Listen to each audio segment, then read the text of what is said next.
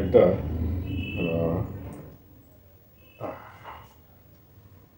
দাদা, ও দাদা, তাড়াতাড়ি করুন, অত ভিডিও তুলতে হবে না, আমাকে যেতে হবে, আরো পার্টি আছে, ফ্লাইট দেখাতে হবে। দাঁড়ান, ভিডিও ছবি কি আর শুধু তুলছি, ডিজিটাল যুগ, বুঝলেন? কাকদ্বীপ থেকে কাঞ্চনজঙ্ঘা, প্যান্ডেল থেকে পার্ক, সব এই মোবাইলের লেন্স দিয়েই দেখি। এই মোবাইলের লেন্সটাই চোখ, বুঝলেন কি না? ডিজিটাল যুগ। আর তারপরে কি জানেন, এই মোবাইলের ছোট স্ক্রিনে দেখে দেখে পুরো পৃথিবীটা এমনি চোখে দেখলে ঝাপসা লাগে, ঠিক বুঝে উঠতে পারি না, ঠাউর করতে পারি না কি দেখছি।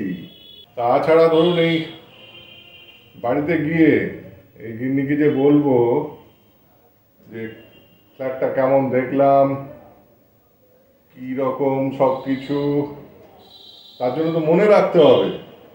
এত মেমোরি কোথায় মাথায়? এই মোবাইলের মেমোরি সব ডিজিটাল যুগ, বুঝলেন? ভিডিও ছবি কি আর সাথে তুলি? সোশ্যাল মিডিয়াটাকেই বা বাদ দিই কিভাবে বলুন? এই যে এত পশ এরিয়ায় এই এত দামি ফ্ল্যাট দেখছি, সেই ভিডিওটা যদি আমি সোশ্যাল মিডিয়ায় না ছাড়ি, তাহলে বাতালেটা দেবো কি দিয়ে? কিনবো কি কিনবো না তো ঠিক নেই। ভিডিওটা ছেড়ে বাতালাটা মারতে তো হবে, সে সুযোগ ছাড়ি কেমন করে? দাঁড়ান, ভালো করে তুলে নি ভিডিওটা।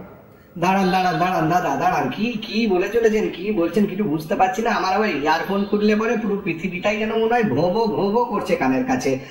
ইয়ারফোন কানে রেখে রেখে এমন অভ্যেস হয়ে গেছে, ইয়ারফোন খুললে কিছু শুনতে পাই না। দাদা দাঁড়ান, ইয়ারফোনটা লাগাই আর তারপরে আপনি আমায় বরং ফোনে কল করুন, বলুন কি বলছেন, আমি ইয়ারফোনে একটু পরিষ্কার করে শুনি দেখি। যা